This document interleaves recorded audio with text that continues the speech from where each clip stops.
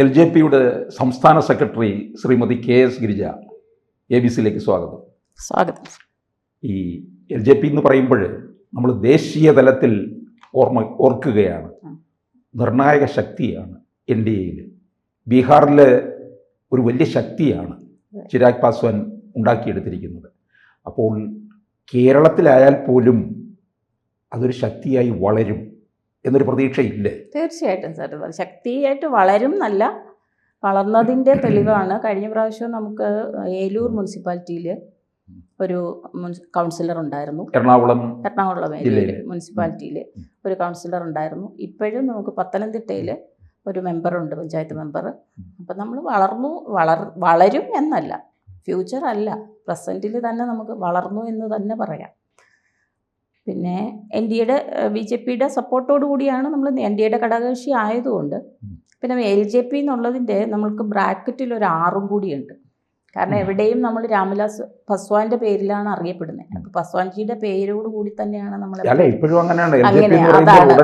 അതാണ് LJP എന്ന് തന്നെയാണ് അറിയപ്പെടുന്നത്. അപ്പോൾ എവിടെ പോയാലും നമ്മൾ ആദ്യം LJP എന്ന് പറയുമ്പം അത് ഏത് പാർട്ടിയെന്ന് ചോദിക്കും. പക്ഷെ പസ്വാൻജി എന്ന് പറയുമ്പോൾ ജനങ്ങൾക്ക് ഇടയിലുള്ള ഒരു സന്തോഷം, അതൊരു അനുഭവം തന്നെയാണ്.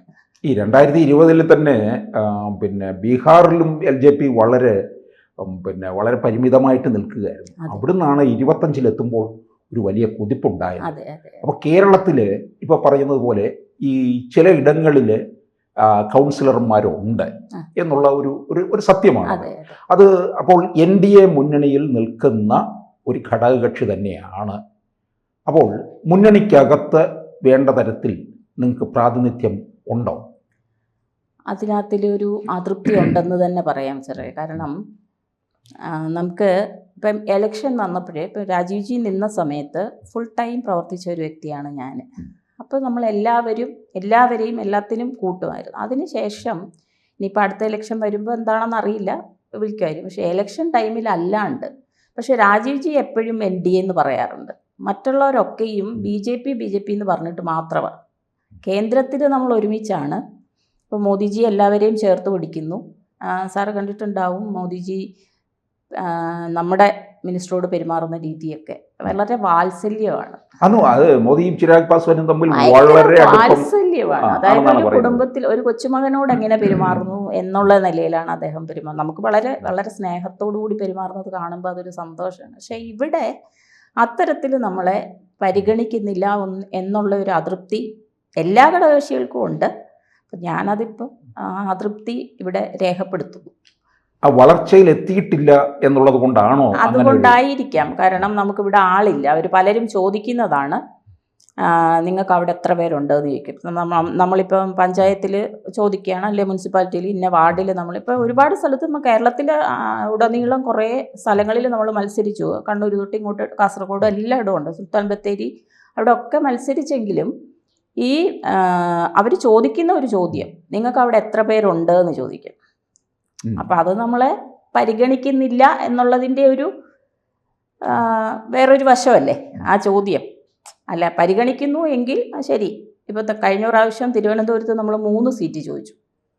ശരിക്കും BJP ജയിക്കാൻ സാധ്യതയില്ലാത്ത സീറ്റാണ് നമ്മൾ ചോദിക്കുന്നത്. ഇപ്പം കോർപ്പറേഷനിലെ 3 സീറ്റ് ചോദിച്ചെങ്കിൽ 3ഉം നമുക്ക് തരാൻ പറ്റുന്നില്ല എന്നുള്ള നിലയിലാണ് സംസാരിച്ചത്. അപ്പം അത് അവരുടെ ഒരു വിശ്വാസക്കുറവായിരിക്കും. പക്ഷേ അതേ സമയത്താണ് ഇപ്പോൾ പത്തനംതിട്ടയിൽ നമ്മളൊരാൾ ജയിച്ചതും, കഴിഞ്ഞ പ്രാവശ്യം ഏലൂർ മുനിസിപ്പാലിറ്റിയിൽ ഒരാൾ ജയിച്ചതും. അപ്പോൾ അത് ചെറിയ പാർട്ടി എന്നുള്ള നിലയിലായിരിക്കാം അവർ കാണുന്നത്. അതുകൊണ്ടായിരിക്കും അവർ നമ്മളെ പരിഗണിക്കുന്നത്. BJPയും അങ്ങനെയാണ് വളർന്നത്. ഒന്ന് ആലോചിക്കണം. തീർച്ചയായിട്ടും. ഇന്ന് തന്നെ ഇന്ത്യ ഭരിക്കുന്നു, പക്ഷേ 2 സീറ്റുമായിട്ടാണ് ആദ്യം എത്തുന്നത്. അതുപോലെ തന്നെയായിരിക്കും. അതെ. പക്ഷെ അത് അവർ മനസ്സിലാക്കുന്നില്ല സാർ. അവരിപ്പം ഈ വലുതായതിന് ശേഷമുള്ള ഘട്ടം മാത്രമേ അവർ കാണുന്നുള്ളൂ. കുറച്ചുകൂടെ ചെറുതായിരുന്നപ്പോൾ നമ്മൾ ഇതുപോലെ ആയിരുന്നു എന്ന് അവർ ചിന്തിക്കുന്നില്ലായിരിക്കാം. അല്ല, ഇങ്ങനെ ഒരു അതൃപ്തി ഉള്ളത് കൊണ്ടായിരുന്നോ ഈ CK ജാനു ഒക്കെ? തീർച്ചയായിട്ടും.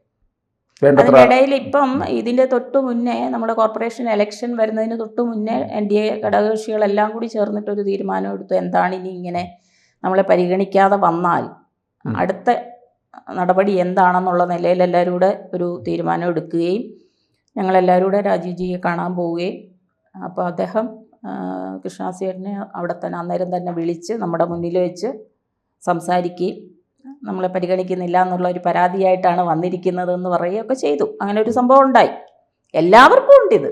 നമുക്കിപ്പോൾ LJPക്ക് മാത്രമല്ല, പൊതുവെ എല്ലാവരിലും ഉള്ള ഒരു പ്രശ്നമാണ് വേണ്ട രീതിയിൽ പരിഗണിക്കുന്നില്ല എന്നുള്ളത്. ഈ പ്രധാന ഘടകകക്ഷി എന്ന് പറയുന്നത് BDJS ആണ്. BDJSന് പോലും അതൃപ്തി ഉണ്ടെന്നാണ് ഏറെ നാളായിട്ടുള്ള വാർത്ത വന്നുകൊണ്ടിരിക്കുന്നത്. ഇതിനിടയ്ക്ക് BDJS മുന്നണി വിടാൻ പോകുന്നു എന്നും പറയുകയുണ്ടായി. അതെ, ഇത് എല്ലാവർക്കും ഉണ്ട് സാറേ. ഞാൻ പറഞ്ഞത് BDJS ബാക്കി എല്ലാവർക്കും ഈ അതൃപ്തിയുണ്ട്. ഞങ്ങളെല്ലാം BDJS ഒഴികെ ബാക്കി എല്ലാവരും കൂടിയാണ് അന്ന് രാജീവ് സാറിനെ കാണാൻ പോയത്. അപ്പോൾ ആ സമയത്താണ് എല്ലാവരുടെയും ഒരേപോലെയുള്ള വിഷമമാണ് പറഞ്ഞത്. രാജീവ് ചന്ദ്രശേഖർ അങ്ങനെ ഘടകകക്ഷികളോട് ഒരിക്കലും ഇല്ല. നല്ല രീതിയിൽ തന്നെയാണ് നമ്മളോടെല്ലാം പെരുമാറുന്നത്. പക്ഷെ അത് അദ്ദേഹം മാത്രമല്ലല്ലോ, അതിൻ്റെ പിന്നിൽ വേറെ കുറച്ച് താഴോട്ടുള്ള ആൾക്കാരും അതുപോലെ കണ്ടാലല്ലേ പറ്റൂ. അദ്ദേഹത്തിന് തെറ്റായ വഴിയിലൂടെ പലരും കൊണ്ടുപോകുന്നുണ്ടാകും അല്ലേ? തീർച്ചയായിട്ടും. അത് എനിക്കൊക്കെ അനുഭവമുള്ള ഒരുപാട് കാര്യങ്ങളുണ്ട് സാറേ. തെറ്റായ വഴികളിലൂടെ വേണ്ടത് പറഞ്ഞു കൊടുക്കാതെ അതിൽ എനിക്ക് ഇലക്ഷൻ സമയത്ത്, നിയമസഭാ ഇലക്ഷൻ സമയത്ത് എനിക്കൊരുപാട് പേഴ്സണലി ഉള്ള അനുഭവങ്ങളുണ്ട്. അതുകൊണ്ട് ഞാനിവിടെ തുറന്നു പറയാൻ ആഗ്രഹിക്കുന്നു. മോദിജി വന്ന സമയത്ത് LJPയിൽ എനിക്കായിരുന്നു തിരുവനന്തപുരത്തിൻ്റെ ചാർജ്. അപ്പോൾ ഞാൻ ഇദ്ദേഹത്തിൻ്റെ കൂടെ 55 ഡേയ്സും വർക്കിംഗ് ആയിരുന്നു. എല്ലാ ദിവസവും ഒരാൾ പോകാനില്ലെങ്കിൽ അപ്പം എന്നെ രാവിലെ വിളിക്കും, ഇന്ന ഘടകകക്ഷിയുടെ ആൾ വരുന്നില്ല, ഗിരിജയ്ക്ക് പോകാൻ പറ്റുമോ എന്ന് ചോദിക്കും. അപ്പോൾ ദിയന്നൂർ ശ്രീകുമാർ എന്ന് പറഞ്ഞ അദ്ദേഹമായിരുന്നു ചാർജ്. അപ്പോൾ ചേട്ടൻ വിളിച്ച് ചോദിക്കുന്ന സമയത്ത് ഞാൻ പറയും ഞാൻ പോകാം എന്ന് പറഞ്ഞ് ഞാൻ ഓടിച്ചെല്ലും. അപ്പോൾ അവരൊക്കെ എന്നോട് പറയാറുണ്ടായിരുന്നു, എപ്പോൾ വിളിച്ചാലും റെഡിയായിട്ട് വിജയ് എത്തും, എല്ലാ അസൗകര്യവും മാറ്റി വെച്ച് എന്നൊക്കെ പറയും. പക്ഷേ മോദിജി വന്ന സമയത്ത് ലൈനപ്പിൽ നിൽക്കാൻ എല്ലാവരുടെയും പേര് കൊടുക്കണമല്ലോ. അപ്പോൾ ആദ്യം ഈ ശ്രീമറിയുടെ എന്നെ വിളിച്ചിട്ട് പറഞ്ഞത് എൻ്റെ ആധാർ അയക്കാൻ പറഞ്ഞു. അപ്പോൾ ഞാൻ നമ്മുടെ പ്രസിഡൻറ്റിനോട് ചോദിച്ചിട്ടാണ് ഞാൻ കൊടുത്തത്. അപ്പോൾ എൻ്റെ പേര് കൊടുക്കാൻ പറഞ്ഞു. പക്ഷേ ലൈനപ്പിൽ നിൽക്കുന്ന ലിസ്റ്റ് വന്നപ്പോൾ എൻ്റെ പേര് മാത്രമില്ല. LJP തഴയപ്പെട്ടു. അതിൽ ഈ RLJPയുടെ, അതായത് നമ്മുടെ എതിർ പാർട്ടിയാണ്, പസ്വാൻജിയുടെ ചേട്ടൻ രൂപ കൊടുത്ത പാർട്ടിയാണ്. അപ്പോൾ ആ പാർട്ടിയിലെ 2 പേരെ കയറ്റിക്കൊണ്ട് ഞങ്ങളെ താഴ്ത്തിക്കെട്ടിയെന്ന് തന്നെ പറയണമല്ലോ. അതിലുണ്ടായൊരു വേദനയെന്ന് പറയുന്നത് ഇപ്പോഴും മായാതെ തന്നെ ഇങ്ങനെ നിൽക്കുന്നു. അപ്പം അന്നത് ജില്ലാ പ്രസിഡൻ്റായിട്ടിരുന്ന ആളിൻ്റെ ഉത്തരവാദിത്വത്തിൽ വരുന്ന കാര്യമാണ്.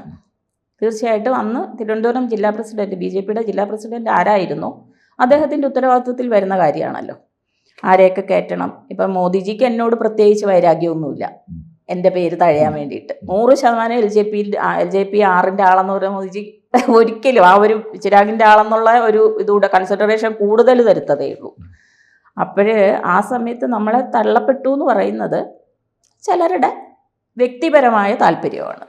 പക്ഷെ കേരളത്തിൽ മുന്നണി ശക്തിപ്പെടുത്തിക്കൊണ്ടിരിക്കുകയാണ്. ആ അവസരത്തിൽ ഇങ്ങനെ നിസ്സാരപ്പെടുത്തി രീതിയിൽ തഴയുക എന്ന് പറയുന്നത് അത് മുന്നണിക്ക് ഒരു ക്ഷീണം ഉണ്ടാക്കുന്നത്. തീർച്ചയായിട്ടും മുന്നണിക്ക് ക്ഷീണം ഉണ്ടാക്കും.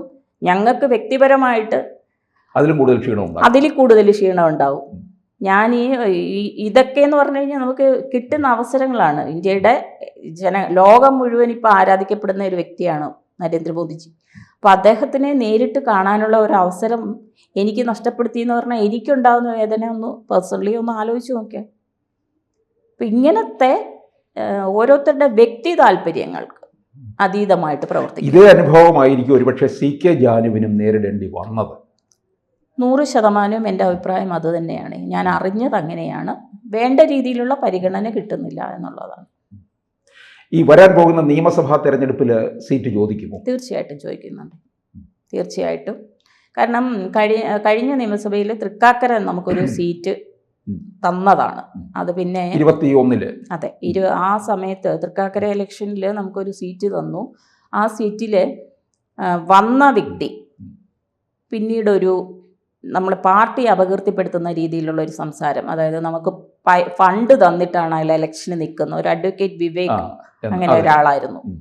അപ്പം അങ്ങനത്തെ ഒരു പേര് വന്നപ്പോഴത്തേക്കും നമ്മുടെ സംസ്ഥാന നേതൃത്വം അത് തള്ളി, നമുക്ക് നിൽക്കാൻ താല്പര്യമില്ല എന്ന് പറഞ്ഞു. കാരണം അങ്ങനെ ഒരു കിംവദന്തി പ്രചരിപ്പിച്ചുകൊണ്ട് പ്രവർത്തിക്കാൻ താല്പര്യം. നമ്മുടെ പാർട്ടി എന്ന് പറയുന്നത് വളരെ നല്ല രീതിയിൽ പോകുന്നു, ഒരു കള്ളവും ഇല്ലാണ്ട് വളരെ നല്ല രീതിയിൽ പോകുന്ന ഒരു പാർട്ടി. അപ്പം ഇങ്ങനത്തെ ഒരു അപകീർത്തി വന്നപ്പം അത് വേണ്ടാന്ന് വെച്ചു. അങ്ങനെ അത് അപ്പം ഇപ്പം അവിടെ തന്നെ വീണ്ടും സീറ്റ് ചോദിക്കാൻ സാധ്യതയുണ്ട്. അതുകൊണ്ട് മലപ്പുറം നമ്മൾ നോക്കുന്നുണ്ട്.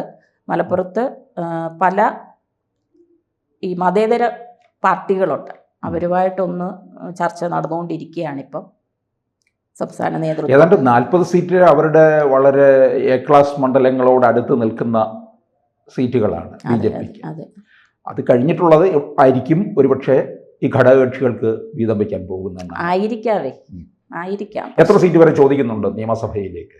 നമ്മളൊരു 5 സീറ്റാണ്. 5 സീറ്റ്. അത് പ്രതീക്ഷയുണ്ടോ?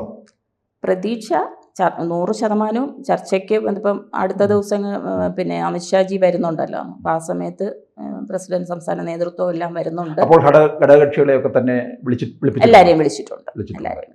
അങ്ങനെയുള്ള പരിപാടിക്കൊക്കെ എല്ലാവരെയും വിളിക്കാറുണ്ട്. അപ്പം അമിത്ഷാ കേരളത്തിൽ എത്തുമ്പോൾ പുതിയ ചില നീക്കങ്ങൾ ഒക്കെ ഒരുപക്ഷെ ഉണ്ടാകാം.